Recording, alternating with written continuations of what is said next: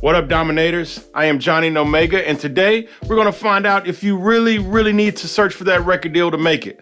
Can you do it as an indie artist, or is the record label the only way to go? Maybe it is, maybe it isn't. Let's find out in today's video. Ready? Let's go.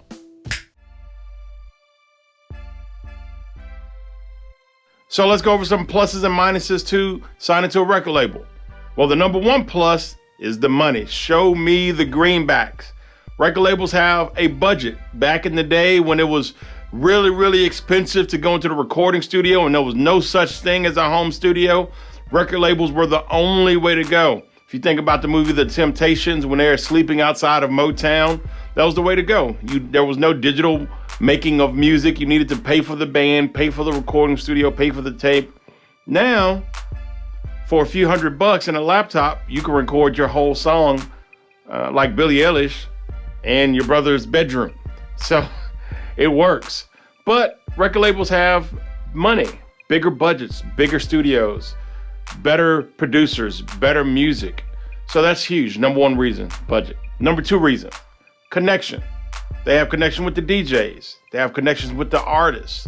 They have connections with the radio stations that you're asking to play your music. That's actually one of the number one cons to being indie, is that a lot of times as an indie artist, you may know how to record a song or how to get a song recorded, but you're not a great promoter and a marketer of yourself, which is one reason I started Nomega Publishing. Check out nomegapublishing.com, is to be a virtual music manager and agent to artists that are very talented, but don't know how to build a fan base, don't know a lot of the back-end business side, the marketing, even how to properly do publishing or even simple things like copyright. So the connections are good, but also number three, the marketing. Record labels are really good at marketing because record labels aren't close to the music. Whether you're singing country, pop, hip hop, heavy metal, they don't care. It's a business to them.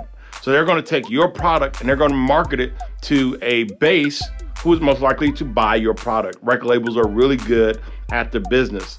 And artists are really bad, which is normally why artists get the smallest percentage out of 100%. A lot of times the artist gets like 8% or this tiny little slither. Everyone else is getting, managers and producers, everyone's getting more money than the artist. Why? Because normally artists aren't that great at handling the business. Well, outside of the studio, they're lost at what to do and sometimes not even motivated to really do it or get it done. Number four is just, as I mentioned earlier, the business side of it. They're really good at making sure the copyrights are done and the publishing is done and all of the I's are dotted and the T's are crossed. Now, there are a few cons. Can't all be sunshine and roses. There are some cons. First con to signing with a record label, a lot of times they own your masters. What is the masters? That is actually the music. A lot of times the record label owns your music, which means even if your contract is up and you leave the record label, your music doesn't leave with you. The record label owns it. So number one con is a lot of times the label owns the masters. Number two con, all of those expenses and that budget that they have, you have to pay that back. It's called recumbent. So out of your sales and out of even sometimes show money, the money that you've made goes to pay back the record label first. And this is even if you did not authorize some of the expenses. Maybe you didn't want a hot air balloon flying over the city with your name on it. You didn't think it was going to be a great advertising tool, but they did. So they spent the money to do it, and now you're fitting the bill in hopes of paying that money back. Number three, publishing. When you sign a contract with the record label, sometimes there's something called a 360 deal. And that means they not only own the masters, they also own the publishing, which is the money you'll make in the future. So you're either splitting it with them normally, so you're splitting your portion of your publishing money, and that's split with them, and they get that forever, right? So that's another con. Maybe you want all of your publishing, all of your residual income from the future. You won't necessarily get it with a label, especially if they offer you a 360 deal. Okay, so those are some pros, those are some cons. The big question is, should you sign with the label? Should you try to sign with the label? Is this a good thing? The answer is absolutely.